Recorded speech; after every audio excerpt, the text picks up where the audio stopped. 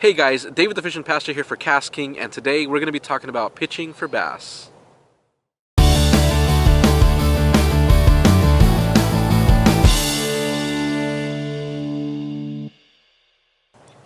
So normally you hear people talking about flipping and pitching. Today I'm really just going to be focusing on the pitching side of that.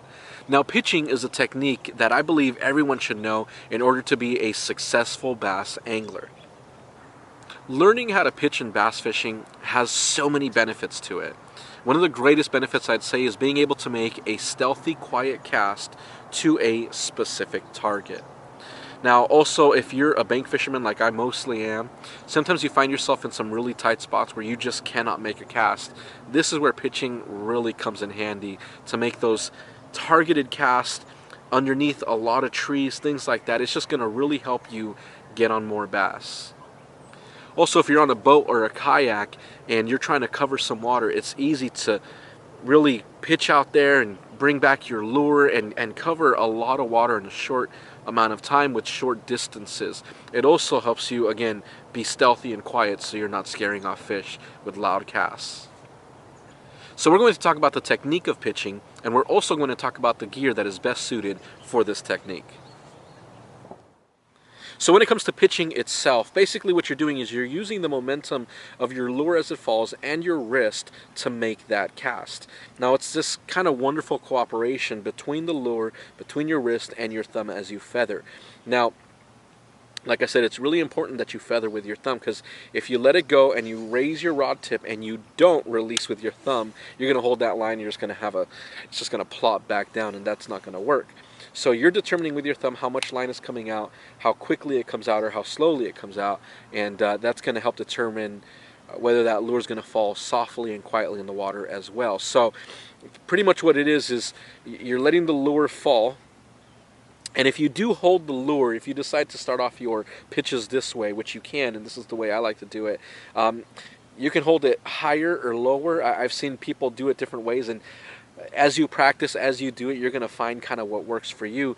But I noticed that if it's higher, usually, then it tends to, like I said, lob a little bit. So I'd recommend holding a little bit lower, a little bit kind of closer to your reel, not right on the reel, not super close, but a little bit closer. But again, you find what's comfortable for you. And then, like I said, everyone has their own techniques, their own styles. I actually like to turn the reel towards me, and so it's kind of a sideways, and then again I'm feathering the entire time.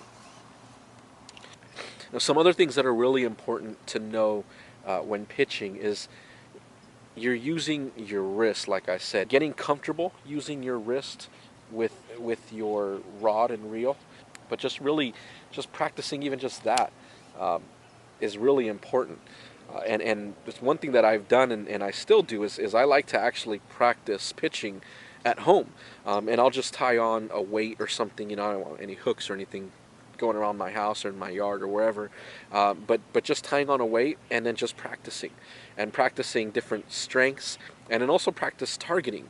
You put a cup or you put some type of target, whatever you want, and then you practice the accuracy of your cast.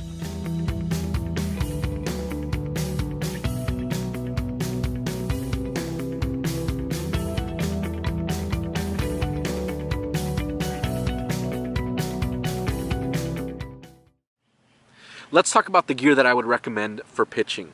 So starting off with the rod, I'd recommend anything from a medium heavy and up. So medium heavy, heavy, extra heavy, and that really depends on kind of where you're throwing your lures, the type of cover you have, and you know that based off of where you fish. Now, my go-to rod for pitching is my KastKing Royale Legend rod. Now, this is a heavy, fast action rod. It's a 7'3", and I'd recommend something a little bit longer. I know some guys like to go 7'11" and 8 foot and things like that. I'm a little bit on the shorter side, so I don't like super long rods. So 7'3", 7'4" works for me.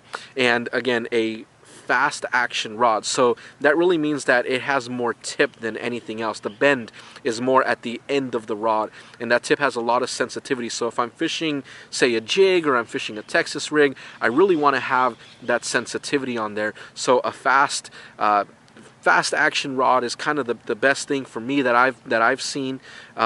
Moderate action rods are better for cranking, things like that. You want more of that more parabolic bend. But when it comes to pitching, you want that good fast tip. And again, sort of longer rod and anything medium heavy and above. Now when it comes to the reel, I'd really highly recommend a faster reel.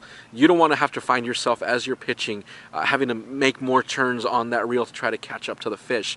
What you want is to be able to quickly reel down and then set that hook on the fish. So what I'm using is my KastKing Speed Demon. Now, this is an incredibly fast reel, but I'd recommend anything from a 7-gear ratio and above for pitching. I really wouldn't go any lower than that. Otherwise, you'll find yourself trying to catch up to that fish. But this is a 9:3 gear ratio reel, so I don't have to turn this handle very many times to catch up to that fish. So I'd really recommend going with a faster reel and something with a lot of power like this Speed Demon. So the last piece of gear that I'd recommend when it comes to pitching is using either a no stretch or low stretch line.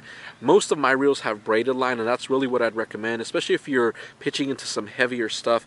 It just cuts through that easier, and they're low diameter lines, so you don't really have to worry about them being super thick or super heavy. But even if they are a heavier pound test, this is 65-pound braid, right? This is a heavy line, but it has a small diameter.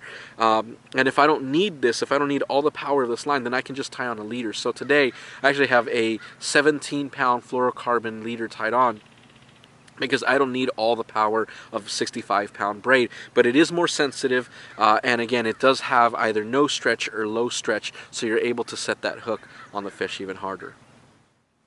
I really hope that this tutorial helps you. Just remember just to practice your technique, and the more you practice, the better you'll get at it. And once you actually get out on the water, then you're more comfortable with it, and you'll find yourself hooking up on more bass.